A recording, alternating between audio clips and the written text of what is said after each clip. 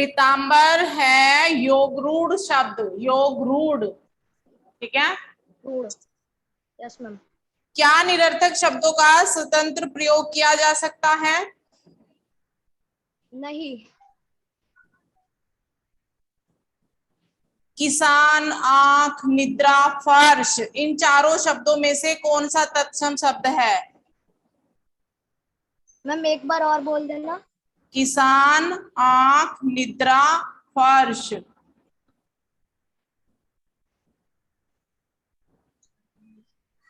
Ma'am किसान।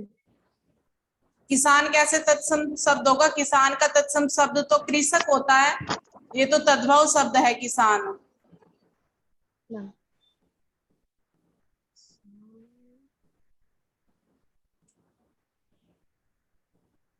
Okay, अंतरिक्ष, अंतरिक्ष पांडे, यस मैम। आप बताओ बेटा कौन सा शब्द है ये? एक बार रिपीट करना। किसान, निद्रा, आंख, फर्श, इन चारों में कौन सा शब्द तत्सम है? किसान, फर्श।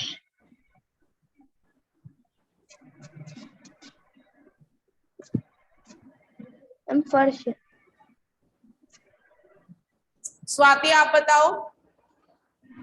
मैम निद्रा। निद्रा, वेरी गुड। निद्रा इनमें तत्सम शब्द है। फर्श तो विदेशी शब्द है, आंख तत्सम तद्भव शब्द है, और किसान भी तद्भव शब्द है। तो इनमें बचा निद्रा, निद्रा इसमें तत्सम शब्द है। काजू और आलू शब्द किस भाषा से आए हैं?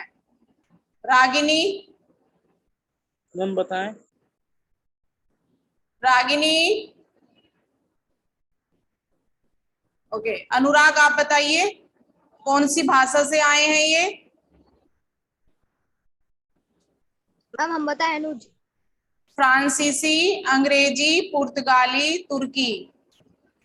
अनुराग मैम बताओ जल्दी। मैम पुर्तगाली। मैम हम बताएं। पुर्तगाली, ये सब पुर्तगाल हुई, पुर्तगाली। गाली, पुर्तगाली।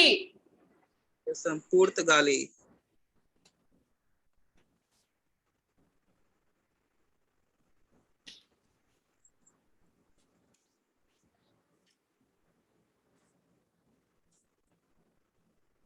उपसर्ग शब्द होते हैं या शब्दांश? रागिनी आप बताइए बेटा, उपसर्ग क्या होते हैं? शब्द होते हैं या शब्दांश होते हैं?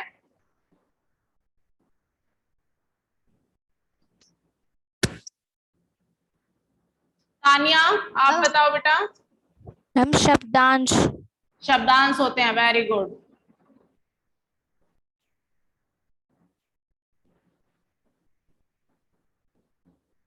उपसर्गों को शब्द क्यों नहीं कहा जाता? क्यों हम उपसर्ग हो या प्रत्यय हो इनको शब्द नहीं कहते हैं? स्वाति। क्योंकि इनका स्वतंत्र प्रयोग नहीं होता। क्योंकि इनका स्वतंत्र प्रयोग नहीं करते हैं हम। अगर हम कोई भी वाक्य लिखते हैं या हम भाषा में इसका स्वतंत्र प्रयोग नहीं करते हैं। इनका अर्थ होता है लेकिन इनका शब्द के साथ जुड़कर ही इनका स्वतंत्र प्रयोग किया जाता है। मतलब इनका अपना खुद का अपना प्रयोग नहीं करते हैं हम भाषा में, इनको शब्दों के साथ आगे पीछे लगाकर ही हम इनका प्रयोग करते हैं। ठीक है, इसलिए इन्हें शब्दांश कहा गया है। ठीक है,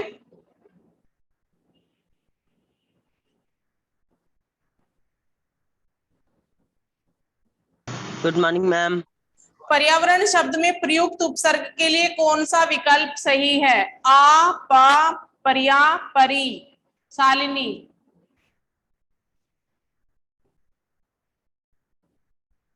मैम परी। परी।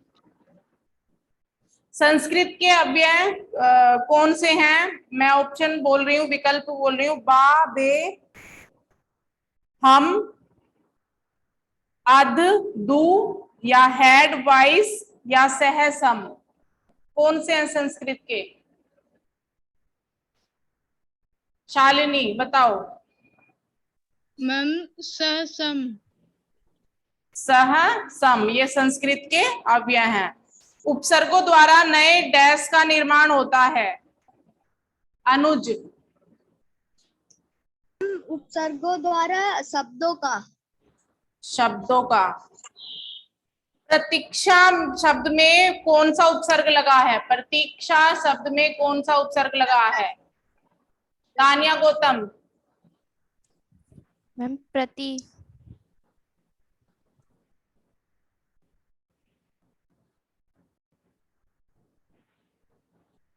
प्रति। ता पर बड़ी की मात्रा आएगी या छोटी की मात्रा आएगी? मैम छोटे की। छोटी की। ठीक है।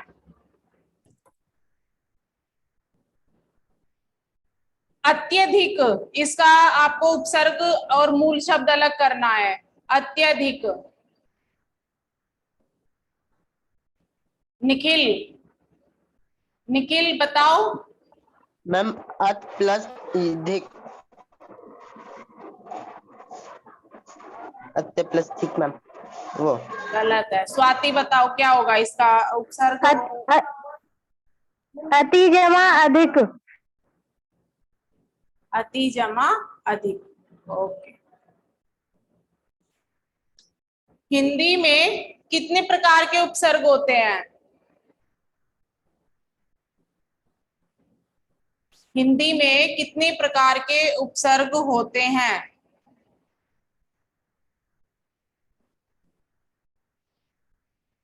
अनुज। मैम 4। 4। नाम बताओगे इनके कौन कौन से होते हैं? 4 होते हैं, कौन कौन से होते हैं? मैम हिंदी में मैम 4। एक तो हिंदी के ही उपसर्ग होते हैं, एक संस्कृत के अव्यय होते हैं, एक विदेशी उपसर्ग होते हैं, है ना, और अंग्रेजी के उपसर्ग होते हैं। हिंदी के उपसर्ग होते हैं, अंग्रेजी के उपसर्ग होते हैं, संस्कृत के अव्यय होते हैं और विदेशी उपसर्ग होते हैं। ठीक है। जैसे विदेशी में फारसी के उपसर्ग होते हैं, है ना, इस तरह से।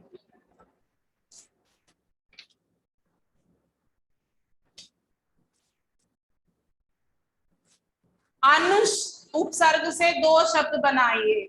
अनु उपसर्ग से 2 शब्द बनाइए। मैं बताएं? हाँ, बताओ अनुराग।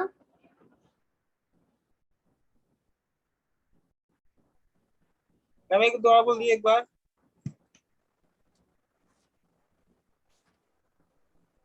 अनु उपसर्ग से 2 शब्द बनाने हैं। अनु उपसर्ग से।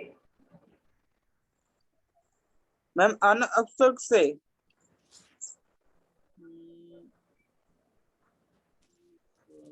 उपसर्ग से। इन उपसर्ग से 2 शब्द बनाइए। तानिया गौतम आप बताइए। मैम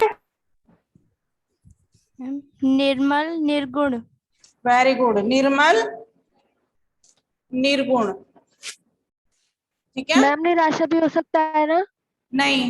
निर निर निर में जिसमें रै में हलंत होता है उसमें हम कैसे लिखते हैं? रै के नीचे हलंत है तो उसका मतलब है आधा रै। समझ में आ रहा है आपको? मैम कैसे कहना चाह रही हूं मैं, जैसे यहाँ पर आप देखिए, यहाँ पर देखिए नीर ऐसे लिखा है, लेकिन ये क्या है? पूरा रै थोड़ी है ये हमारा क्या है? आधा रै है। तो हम आधा रै कौन सा होता है? ये वाला रै होता है। निर्मल, निर्मल। है ना, निर्गुण या निर्मम, इस तरह से आप लिख सकते हैं। दुर्गम, कितने सारे होते हैं। सॉरी, ये तो दूर से हो गया, दूर से हो गया, ये तो दूर उपसर्ग से हो गया। इसमें भी रै आधा है तो हम ऐसे लिखेंगे रै आधा कर। ठीक है। ओके। उसके बाद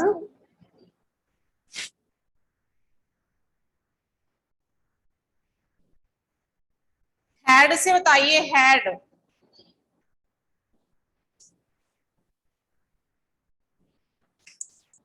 शालिनी बताओ हेड से।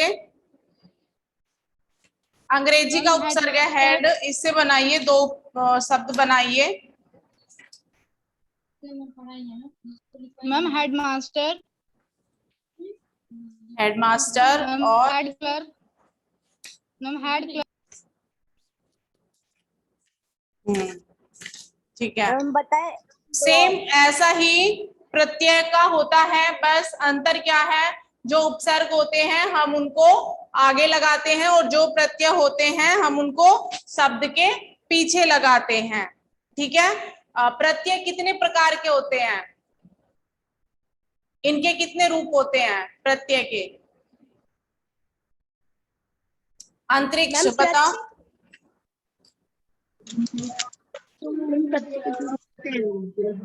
प्रत्यय के कितने रूप होते हैं, भेद होते हैं?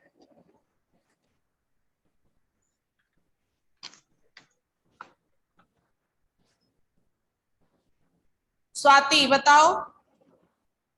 प्रत्यय दो प्रकार के होते हैं, कृत प्रत्यय और तद्धित। वेरी गुड, ठीक है।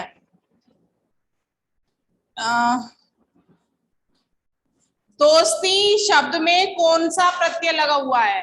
दोस्ती में प्रत्यय क्या लगा हुआ है? Ma'am T.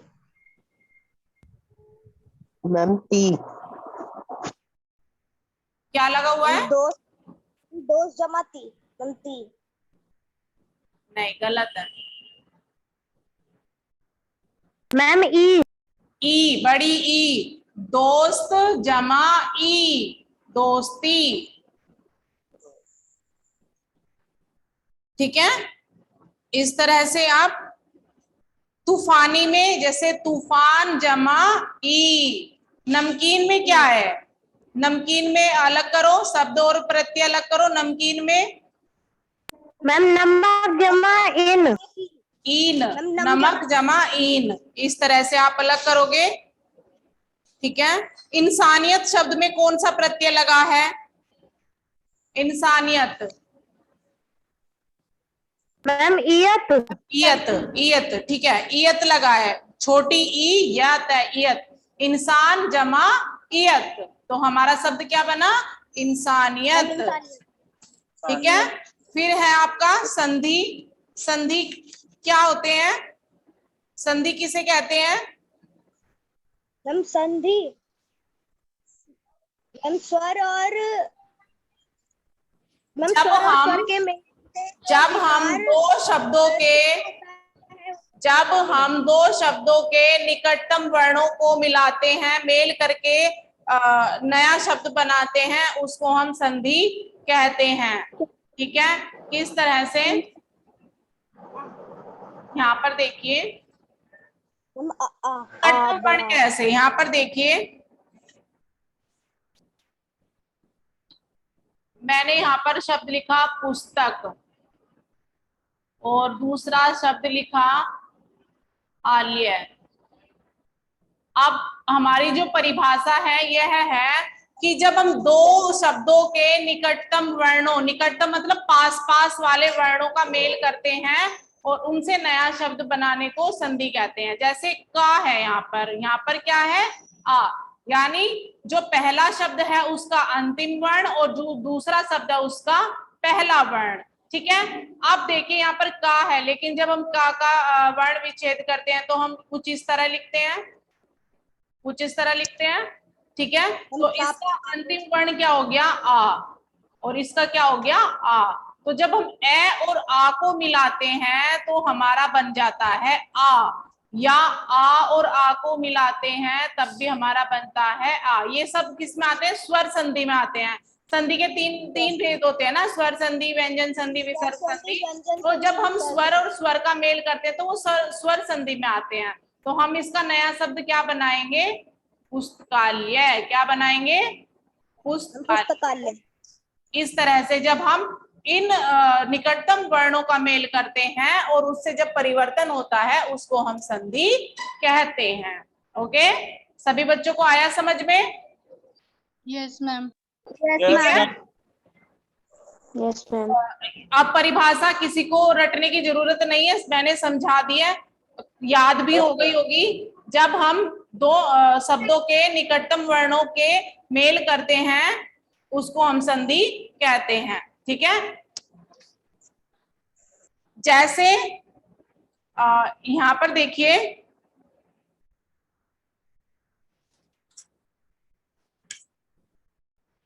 यहां पर देखते हैं कवि जमा इंद्र। ठीक है, अब मुझे बताइए यहाँ पर अंतिम वर्ण क्या है? कवि में, और कवि में अंतिम वर्ण क्या है? मैम वाह। छोटा ई, वाह ई, बी लिखा है ना, तो जब हम बीस का वर्ण विच्छेद करेंगे तो क्या करेंगे? वाह हलंती, कुछ इस तरह से करेंगे ना। तो अंतिम वर्ण हमारा क्या हुआ? ई, और इसमें हमारा क्या है? ई। जब हम छोटी ई को मिलाते हैं तो हमारा बन जाता है बड़ी ई, या हम जब बड़ी ई और बड़ी ई को मिलाते हैं तो हमारा बन जाता है बड़ी ई, या हम छोटी ई या बड़ी ई को मिलाते हैं तो हमारा तब भी बन जाता है बड़ी ई। तो हमारा यहाँ पर क्या बन जाएगा? कवींद्र। क्या बन जाएगा? कवींद्र। बड़ी ई आ जाएगी, छोटी ई नहीं आएगा, बड़ी ई। हमने अभी समझाया छोटी ई और जब छोटी ई मिलते हैं तो कौन सी बन जाती है? बड़ी ई। तो यहाँ पर हमारा बन जाएगा कवींद्र। समझ में आया? अभी जैसे देखिए परी जमा इक्षा, परी जमा इक्षा। अब मुझे बताइए इसमें अंतिम वर्ण क्या है? परी में अंतिम वर्ण क्या है? मैम छोटा छोटी छोटी ई, और यहाँ पर इक्षा में बड़ा ई। तो बड़ी तो जब दोनों का मेल होता है छोटी और बड़ी ई का तो बड़ी ई बन जाता है। तो हम क्या लिखेंगे इसको? परीक्षा। क्या लिखेंगे? परीक्षा। परीक्षा। इस तरह से कुछ हम लिखेंगे। सभी बच्चों को Excuse me, मैम। हाँ बोलो बेटा। मैम कभी भी मैम स्वर संधि करते हैं तो मैम बड़े वाली की मात्रा लग जाती है ना? बड़े वाला, हाँ ऐसे ही जैसे मैंने अभी ए का बताया आपको, बड़ा आ बन गया, ई का बताया तो बड़ी ई बन गया, ऐसे ही बड़े ऊ का होता है। जैसे यहाँ पर देखिए वधू।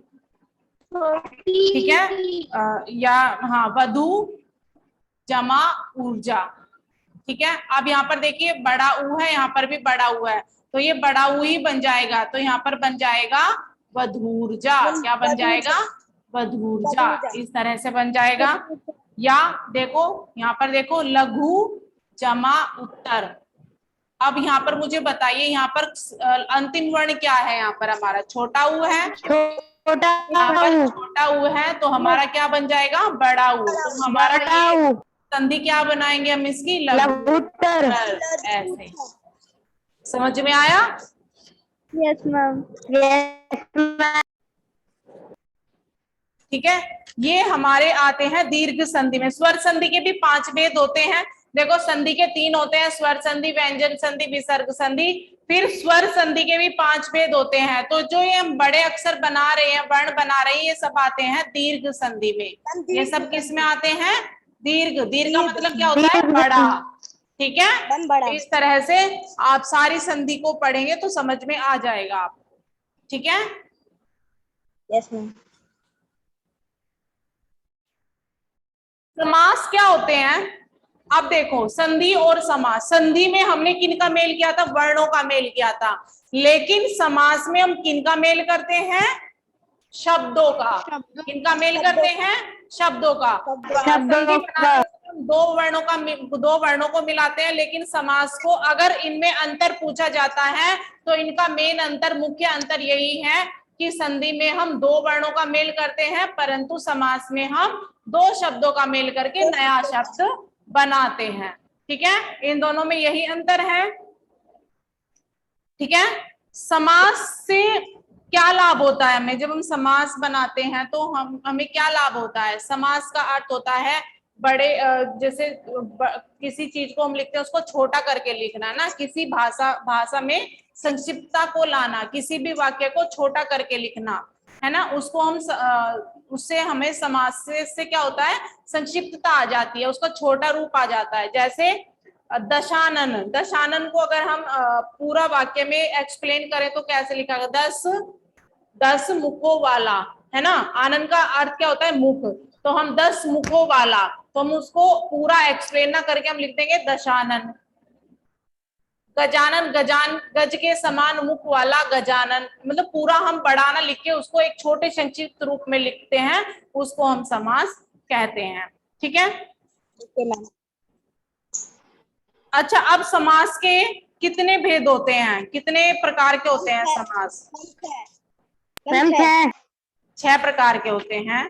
चलो मैम आज आप बताएंगे मुझे कि किसमें क्या होता है, क्योंकि मैं बहुत अच्छे से पढ़ाया मैंने आपको समास, सभी बच्चों को याद हो जाना चाहिए। चलो, पीताम्बर शब्द में मुझे समास बताइए क्या होगा, पीताम्बर में कौन सा समास होगा? मैम बहुव्रीहि। बहुव्रीहि। चलो ओके ठीक है, लेकिन कैसे, उसका आपको विग्रह भी करना पड़ेगा तभी आप समास बताओगे, क्योंकि ऐसा कई बार ऐसा भी होता है कि हम एक शब्द के 2 समास भी बता सकते हैं। तो जिस तरह से आप उसका विग्रह करोगे उसी तरह से आप उसका समास का नाम लिखोगे। जैसे पीताम्बर, पीले हैं वस्त्र जिसके, अर्थात विष्णु। ठीक है, पीले हैं वस्त्र जिसके अर्थात विष्णु। ये अगर हम इस तरह से इसका विग्रह करते हैं तो ये कौन सा समास में जाएगा? जब हम किसी तीसरे व्यक्ति के लिए अर्थ प्रकट होता है, अर्थ निकलता है, वो कौन सा समास होता है? मैम बहुव्रीहि। बहुव्रीहि। वेरी गुड, बहुव्रीहि समास होता है। उसके बाद अगर मैं बनाऊं इसी का, पीत, पीला है जो अंबर, या पीत है जो अंबर, पीत है जो अंबर, अगर मैं इस तरह से इसका विग्रह करूं तो ये किस में जाएगा? कर्मधारय। कर्मधारय है। अच्छा ठीक है, कर्मधारय में जाएगा। लेकिन क्यों जाएगा? क्योंकि यहाँ पर हमने अंबर की विशेषता बताई है। अंबर का अर्थ वस्त्र होता है, अंबर एक आकाश भी होता है, लेकिन यहाँ पर जो अंबर दिया गया है वो वस्त्र से है, यहाँ पर मतलब उसका किससे है? वस्त्र से है। और पीत का अर्थ होता है पीला, तो पीला है जो वस्त्र। ठीक है, यहाँ वस्त्र की विशेषता बताई है तो वहां पर कर्मधारय समास हो जाएगा। अगर हम किसी तीसरे के लिए इसका विग्रह करेंगे तो वहां पर बहुव्रीहि समास हो जाएगा। ये सभी को समझ में आया किस तरह से हम करते हैं इसको? Yes ma'am. Yes ma'am. ठीक है। अब जैसे देखिए तिराहा, तिराहा में कौन सा समास होगा? मैम द्विगु, क्योंकि इसमें 3 राहों के समास। हाँ, मैम इसमें 3 की बात हो रही है। 3 की मतलब गिनती की बात हो रही है, तो वहां पर कौन सा समास होगा? द्विगु। Very good.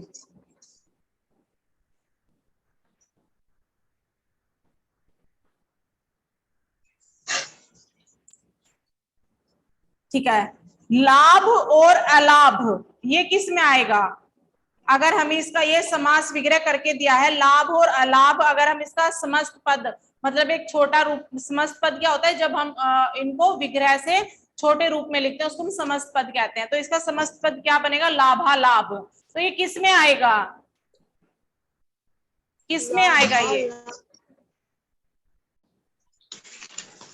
मैम द्वंद्व समास। द्वंद्व समास में। Very good. सिर्फ एक ही बच्चा है क्लास में जिसको पता है या ध्यान दे रहा है, बाकी तो हम भी बता रहे हैं। हाँ, मतलब 2-4 बच्चे हैं क्लास में जो अच्छे से बस रिस्पॉन्स कर रहे हैं। काली मिर्च, काली मिर्च में कौन सा समास होगा? काली, काली मैम कर्मधारय।